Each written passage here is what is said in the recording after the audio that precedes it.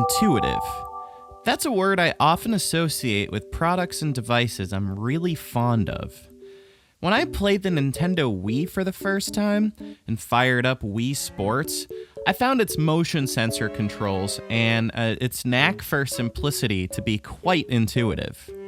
It didn't overcomplicate things. A flick of the wrist here, a crude mimic of the motion you might make in an actual sport there. It felt good, and my happy neurons fired. When I played Super Mario 64 DS, I unlocked a series of minigames that were all simple, fun, and easy to understand. And, as a result, intuitive. I'll even move over to guitars. It may cost an arm and a leg, but a Gibson guitar feels like sex in my hands. The great sounding pickups, along with the finely crafted neck, makes using this guitar feel intuitive. I'm sure you've spotted some Apple products in my videos. macOS puts the applications at the bottom and has very easy to understand and easy to navigate design. For me, it's perfect for the simple fact that it stays out of my way. I never have to troubleshoot. I gotta be honest, I'm a little obsessive when it comes to intuitiveness. Back to Nintendo. They tend to design games that are very intuitive. The first thing I notice in most Nintendo games is that character movement and core game elements are intuitive. They feel great, and thus provide the backbone for fun gaming experiences. That was bad. How do you fuck up just putting a fucking disc inside a goddamn... Now, I want to start by going over the positives because I try to make positive game reviews or, try to at least see the good in games if it's a negative game review. So, what are the things that work? You think Nintendo was going to assign a game to Intelligent Systems that wasn't going to reek of effort? The visuals are pretty polished throughout. The overworld is easy to understand. It feels good to walk around and hit stuff with your hammer. There is a satisfying feeling when you hit your hammer into colorless spots and a splotch of paint colors the area. There are creative uses of this mechanic beyond just filling in the color. This puzzle, for example, when you need to expose this cheating toad in a pick the toad game where the right answer keeps failing the game. Hit him with some color and catch him in the act. All the effort that tends to result in great games is certainly there. There's no denying that this game has polish in many aspects. It has direction, or at least it claims to. Now, the theory is that Paper Mario Color Splash was directed as somewhat of a reaction to the past, an attempt to follow the direction provided by Miyamoto. Don't overcomplicate the characters. We already have great characters in Nintendo Universe. Keep it an RPG. Don't repeat the past. Come up with new ways to experience the battle system and rethink how an RPG can operate. And most importantly, make things fun. Now, Nintendo was on a bit of a design kick that had varying degrees of success. Try not to create addictive game loops that rely on endless improvement to hook the player in. The game should be fun enough on its own that you want to play it anyway. Examples of this being successful are Luigi's Mansion and Breath of the Wild. There are still gameplay loops, but they aren't conventional. They aren't in your face about it either. The experience is rather seamless.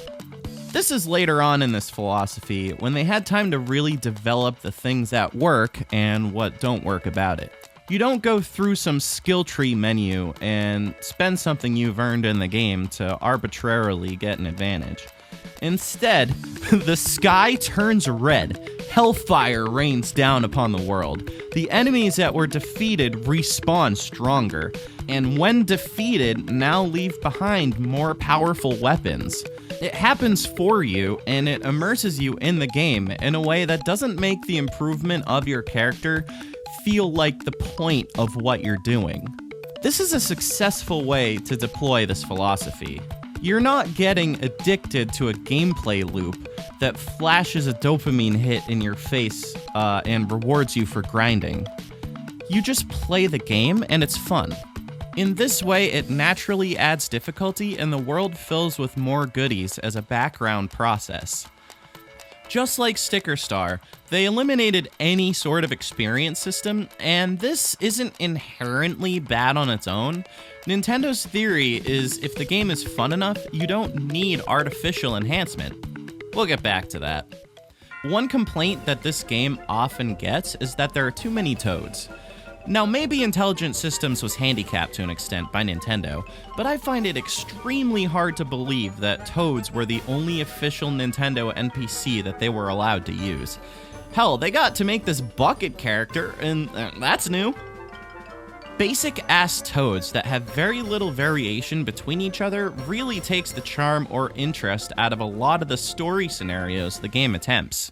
The game also finds some pretty annoying ways to baby you at times, too. Hey, listen! Take this part at the beginning, where I'm sort of trying to teach myself the feel of the controls, and in basically taking too long, the game interrupts and says, "Hey stupid, you're supposed to be trying to do this." There are all sorts of things in this game that take me out of the game and totally ruin the immersion.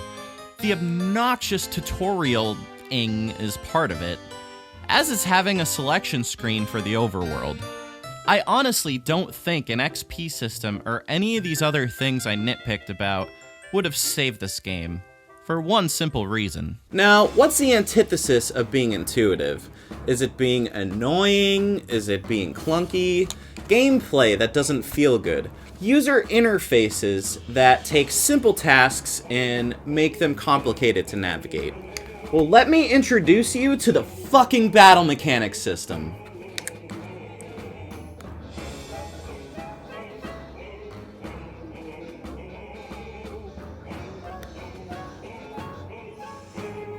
What kind of convoluted shit is this? What's the fucking point of that? Making me do a bunch of extra shit for no reason. How many steps do I need to take just to fucking attack? Oh, and I need to flick it? Jesus Christ. So admittedly, trying to actually capture the game footage from the tablet isn't really an ideal situation. So I'm just gonna explain it, with the device right here. And just kind of show you what's going on. So you get this long stretch of every single card that you've collected in the game in a manner that's like 20 times more disorganized than Sticker Star, if you can believe that. And then if you want to use an item, you drag it over here. And then from there, after you've tediously scrolled through the items and picked one, which, by the way, can't be controlled with the sticks or this. You have to use the stylus, which is probably the first big mistake they made. Extremely unintuitive, which, I know Nintendo likes to force some of their mechanics, like motion controls or touchscreen, but, usually they find a way to make that work. This is balls. So, then you hit the cards ready button at the top, and then if the card isn't painted in, you have to hold the button to paint, which is really stupid. It's not fun. It doesn't add anything. It's just an extra step. And, let's go back for a second. If both cards are not, don't need to be colored in, and you hit cards ready, well, they still have this step of painting for some reason. They don't skip it. You still have to hit the next button to prompt the action. Then, after you already hit a confirm button, done painting, which you think would send you to the next thing, they wanted to add a little flair, right? So they make you flick the cards up, and only then are you able to attack. You have to time the button presses like G Paper Mario, which is great, but you only do it with the A button, which is really unimaginative. Overall, giant load of balls. I fucking hate it. It's garbage, and fuck this whole game for it. This is wrong for so many reasons, and a handful of hours of playing this game did nothing to get me used to it. It's unintuitive on its face. It adds extra steps for the sole purpose of checking a theme box. Like, what were they thinking? A team of people who I would even say succeeded in making a lot of other aspects of this game actually feel quite intuitive, somehow managed to fuck up the most important aspect of the game. I'm sorry, I'm just not wasting my time like this. I tried playing through a bit, just avoiding the battles, but why in the fuck would I ever play an RPG like that? It literally ruins the point. I'm going to avoid interacting with the most important part of the game because they failed to make it work? So this little toad is like stuck in a pipe, so we need to get a plunger to get him out. The plunger is all the way at the beginning of the card deck. They start us here, and if I try to like hold it or anything, the thing goes away. So what I need to do is very slowly comb through all the cards, even though see, if you could like just hold this button and have it like speed go through there, that would be fine. But instead I have to cumbersomely move this, you know, take my stylus and just drag this out. See, I can't just do that. In some of the menus I can, but here I can't. So then I have to just scroll all the way over there and then put this in here. And then I have to hold it to paint. This is absolutely egregious, man. These intelligent systems is better than this. I know it seems absurd to make this big of a deal in one step of a battle system. Leading up to playing this game, all the complaints I heard about it were due to bland character choices and a lack of any XP system. And honestly, I don't think those are problems at all in the right context. All of those compound on an unintuitive battle system, which makes the experience so much worse though. I want no part in this. This is my own personal torture device. The battles straight up ruin the experience on their own, and there's not even really a reward in partaking in them. This game is void of any variety, and it babies you into submission. I don't even want to blame intelligent systems here. How do you possibly implement something like this successfully into Paper freaking Mario? This is just as much a failure of the Wii U itself. I had no idea the RPG part of this RPG was going to be so bad though. It's just baffling it got past playtesting.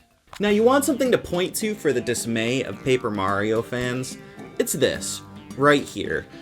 This is the battle mechanic system that damaged Paper Mario. Not XP, not too many toads, this. Right here. I will never get used to this. I refuse to pour another minute into it beyond this review. Many Paper Mario fans were insulted by this game, and I think I consider myself among them. I thought the game might be bland or underwhelming, but I went into it with an open mind. I guess my expectations were brushed over pretty quickly though. With lead paint. I'm gonna get brain damage playing any more of this shit. Luckily, I think Nintendo learned from this and drew a similar conclusion. They have a team at Intelligent Systems quite capable of making great, intuitive games, and their next shot comes with Origami King. Thanks for watching this video. If you like the video, that's great. In the future, you should probably just intuitively know on any video to hit the subscribe button, right? Those dumb calls to action at the end are tacky and bad. I don't know about you, but I literally feel my eye twitch whenever they start. That's typically the moment I click on to the next video, thus forgetting to subscribe. Why do I have to remind you? It's literally right there. Just hit the freaking button, man! It's right there!